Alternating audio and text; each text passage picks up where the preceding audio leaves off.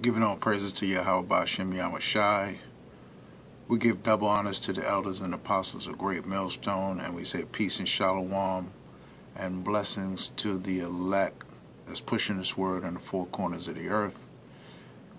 Just with this lesson of Shema Ma from the DC camp, just coming with this lesson. Hopefully it will be edifying. As you can see, this is Acts, the 10th chapter, and we're going to talk about this man Cornelius and what it means to be an Italian soldier or Roman soldier. Here in Acts 10 and 1, it starts off, it says, there is a certain man in Caesarea called Cornelius, a centurion of the band called the Italian band, a devout man and one that feared Yahweh with all his house, which gave much alms to the people and prayed to Yahweh always. He saw in a vision, evidently, about the 9th hour of the day, an angel of Yahweh coming into him and saying unto him, and when he looked on him, he was afraid and said, what is it, Lord? And he said unto him, thy prayers and thy alms are come up for a memorial before God, before Yahweh. A memorial means a remembrance. And it says, now send men to Joppa and call for Simon, whose surname is Peter, and he was the head apostle, Simon the Rock, who Yahushua said, upon this church, upon this rock, my church will be established. So as we see that Simon was called by Yahweh, by the angels, to send for Peter to get an understanding of what his prayers have been answered and what is his calling. So we go down to the 22nd chapter, 22nd verse, and it said, and they said, Cornelius the centurion, talking about his men, when he went to Peter, it says, and he said, Cornelius the centurion, a just man and one that feared Yahweh, and of good report among all the nations of the Jews, was warned from Yahweh by an holy angel, and to send for thee into his house, and hear words of thee. You see, it says, warned of Yahweh by the holy angel. Now we understand, we're reading in this book, that the warnings of Yahweh always was to his elect. It was always to the elect men of the nation of Israel. So, you know, this is one proof that Cornelius was an elect of the nation of Israel. He was an Israelite. And we go on to further prove about the Italian band and about who Cornelius was, to prove that he was an Israelite, of what his capacity as a centurion was, and how was the Roman army made up. So we go to the Antiquities of the Jews.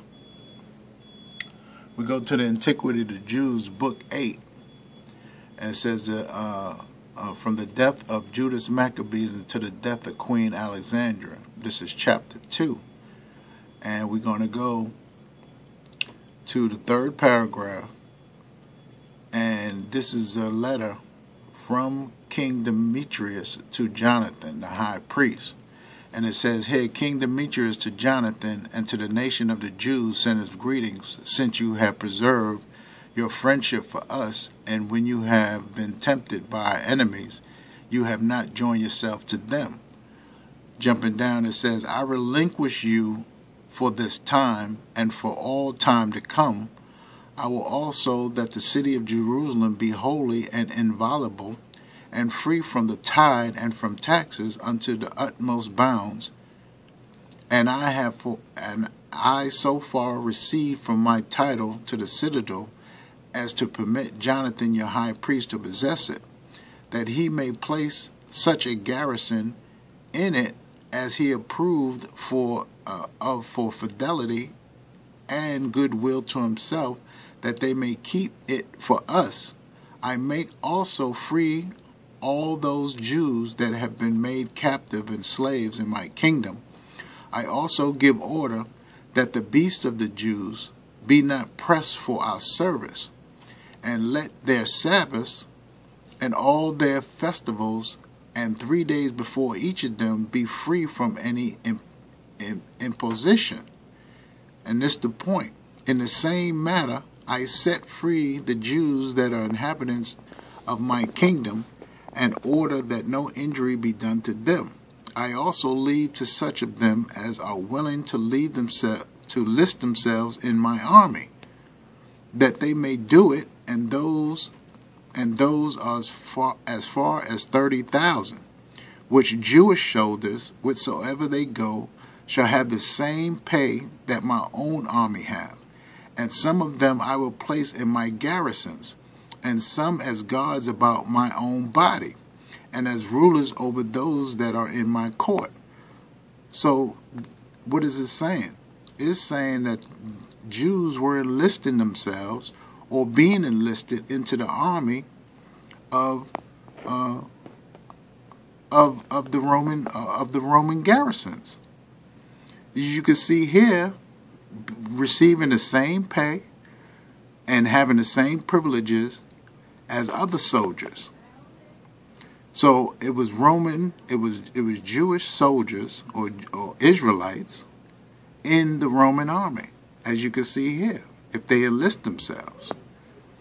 So to press on this point, that there were Israelite soldiers in the Roman army, we go to this book here. We go to this book here called Makers of Ancient Strategy, and is edited by Victor Davis Hanson. And in this book we could see that the contents and the writers of this book is made up of many writers. All right, you got Tom Holland, Gagan, Berkeley, Hanson, Worthington, Lee. So we're going to go to page 172 and read from it. We're going to read from page 172, Salat 171, around the last paragraph, and we're going to continue on. It says, as with banditry, so with insurgency in general, the military factors is important to the question, but the army operated parallel to and to some extent within a wider set of social relationships. The Roman army was an army of occupation as well as external aggression and defense. This was equally true of the provinces of Spain, Britain, Mauritania, or modern Morocco, Syria, Palestine. After the Jewish revolt of 66, talking about A.D. and Egypt. In these provinces, the armies were stationed in urban cities centers and dispersed throughout, rather heavily concentrated on frontiers. Like Spain had no frontier, and Britain's frontier was very short. A few areas of the empire were intensely occupied, notably Judea, a very small territory that housed perhaps 20,000 troops in the early century CE.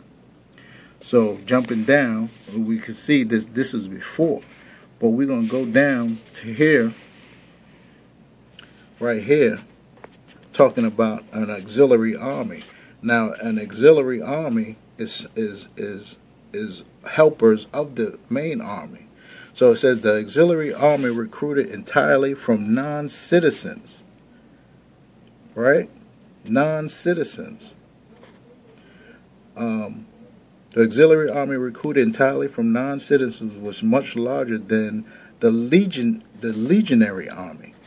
Discharged after decades of service, these soldiers acquired Roman citizenship on retirement and usually settled in the regions in which they had been stationed. Thus, Rome's army was recruited from among its subjects. Consider the situation of Judea before the revolt 66, when Herod the Great ruled with Roman support until his death in 4 BC. He commanded a typical Hellenistic army of troops from local military settlements. These troops were mainly Samaritans, Idumeans, Babylonians, Jewish archers, and ethnic Palestinian Jews. Although Herod also had a famous bodyguard of German, Thracian, and Gauls, the indigenous settlements continued to supply the army that supported all of Herod's successors and formed the garrison of Judea after 6 CE. Much of the army remained loyal to the Romans and fought with them to suppress the result of 66. Under the command of Herod, Herod's great-grandson, King Agrippa, conversely, Herod probably modeled his army on a Roman army and used some ethnic Roman officers. And it was likely that many Jews were recruited into the Roman legionary or auxiliary army both in his reign and later. Mel Gibson portrayed the Latin-speaking soldiers in The Passion is inaccurate.